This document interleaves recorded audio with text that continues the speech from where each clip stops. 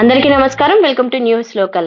AP ఎన్జీఓల సంఘం ఆధ్వర్యంలో 2026 నూతన సంవత్సర క్యాలెండర్ను డైరీను మంగళవారం ఆవిష్కరించారు. అంగర ప్రాథమిక ఆరోగ్య కేంద్రం doctor Ratnakumari, doctor Prashanti, AP ఎన్జీఓల సంఘం మాజీ అధ్యక్షులు బూరిగ ఆశీర్వాదం, ఎంపీడీఓ కె సత్యనారాయణమూర్తి తదితరులు ఆవిష్కరించారు. ఏపీ ఎన్జీఓల సంఘం ఉపాధ్యక్షులు జుత్తుగ మల్లికార్జున ఆధ్వర్యంలో జరిగిన ఈ ఆవిష్కరణ కార్యక్రమంలో కె రామకృష్ణతో పాటు పలువురు ఉద్యోగులు పాల్గొన్నారు.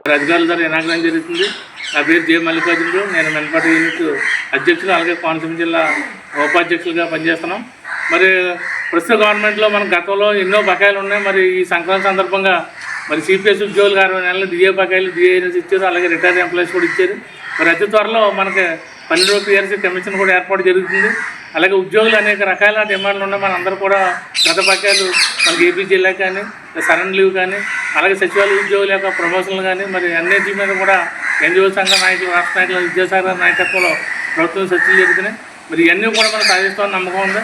మరి సంక్రాంతి సందర్భంగా పోలీసులకి, అలాగే సిపిఎస్ ఉద్యోగులకి, రిటైర్డ్ ఎంప్లాయీస్ కూడా చాలామందికి మరి వారి ఖాతాల్లో జమ ఉంది. భవిష్యత్తులో మన రెగ్యులర్ ఉద్యోగులు అందరూ కూడా మరి రావాలని బకాయిలను కూడా రిలీజ్ చేస్తామని సీఎం గారు మాటిస్తున్నారు. మరి ఈ నెలాఖరుతోటి ఏపీ ఎన్జిఓ సంఘం రాష్ట్ర అధ్యక్షులు పదవికలు ముఖ్యంగా ఫిబ్రవరి నెలలో మరి రాష్ట్ర సంఘ ఎలక్షన్లు కూడా ఉంటాయి. మరి ఎన్జిఓ సంఘ నాయకులందరూ కూడా సంఘ పరిస్థితి పనిచేయాలని కోరుకుంటూ మరి అందరూ కూడా నష్టం తెలియజేస్తున్నాం. జిందాబాద్ జిందాబాద్ AP NGO association, AP NGO association, AP NGO association, AP NGO association.